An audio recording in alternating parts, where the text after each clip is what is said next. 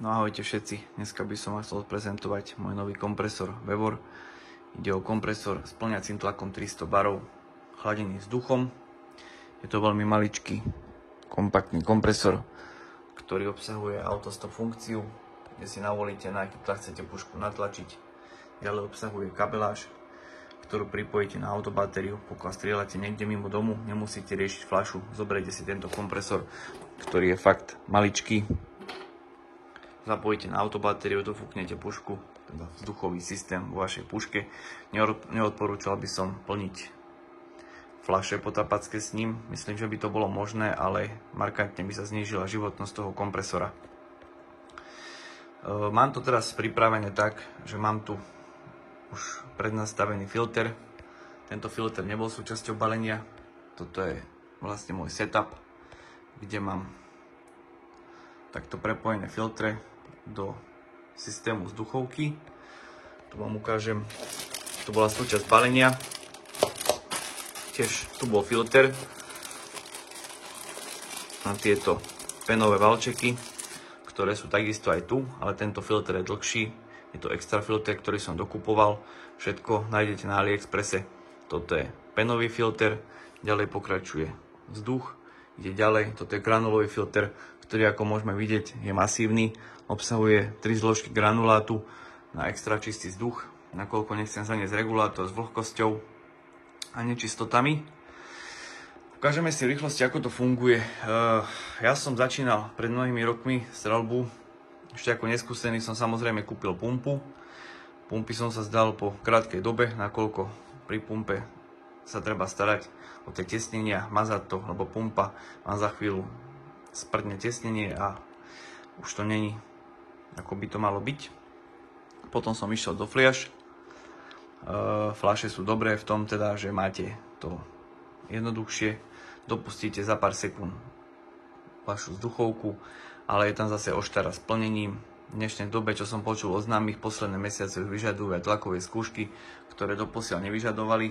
Je tam nejaká zmena, čiže pokiaľ nemáte tlakovú skúšku, ako u nás v Nitre, tak vám pušku ani nenapustia. Je to za mňa jednoduchšie a hlavne je to kompaktné a prenosné, čiže som mobilný mimo domu s plnením vzduchovky. Kompresor obsahuje tieto gombíky. Toto je vetrák. Následne ideme postupne. Zapneme vetrák, počkáme nejakú minútku, dve, kým sa kompresor znútra presíti vzduchom. Potom zapneme tlačidlo kompresor, začne fúkať vzduch do systému. Tu je výpustný ventil, ktorý necháme zatiahnutý. Zapneme fan, čiže chladenie. Chladenie sa spustí. Počkáme nejakú chvíľku. Nech sa naženie do kompresora vzduch.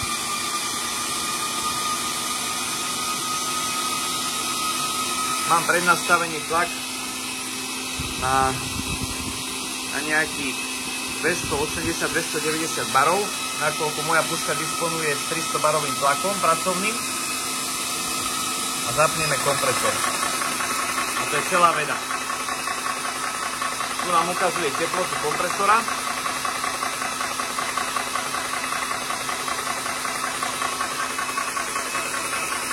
Vzduch ide cez penový filter, ktorý zachytí prvotné nečistoty.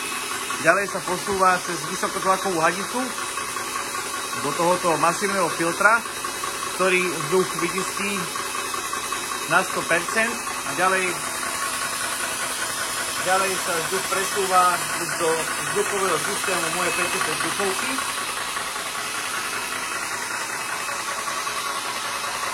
Tento kompresor má na každej strane prieduchy.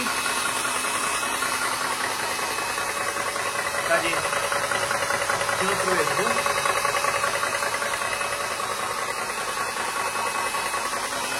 Pokiaľ si nadovážete tento veľký filter, je to trošku zdĺhavejšie, nakoľko sa musí tento filter natlačiť na nejaký pracovný tlak, až potom začne vzduch prúdiť do vzduchového systému. Mám na puške nejakých 190 barov momentálne.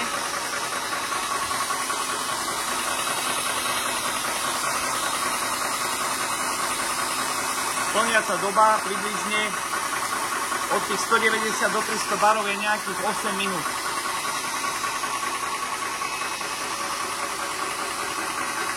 Ďakujem za zhliadnutie.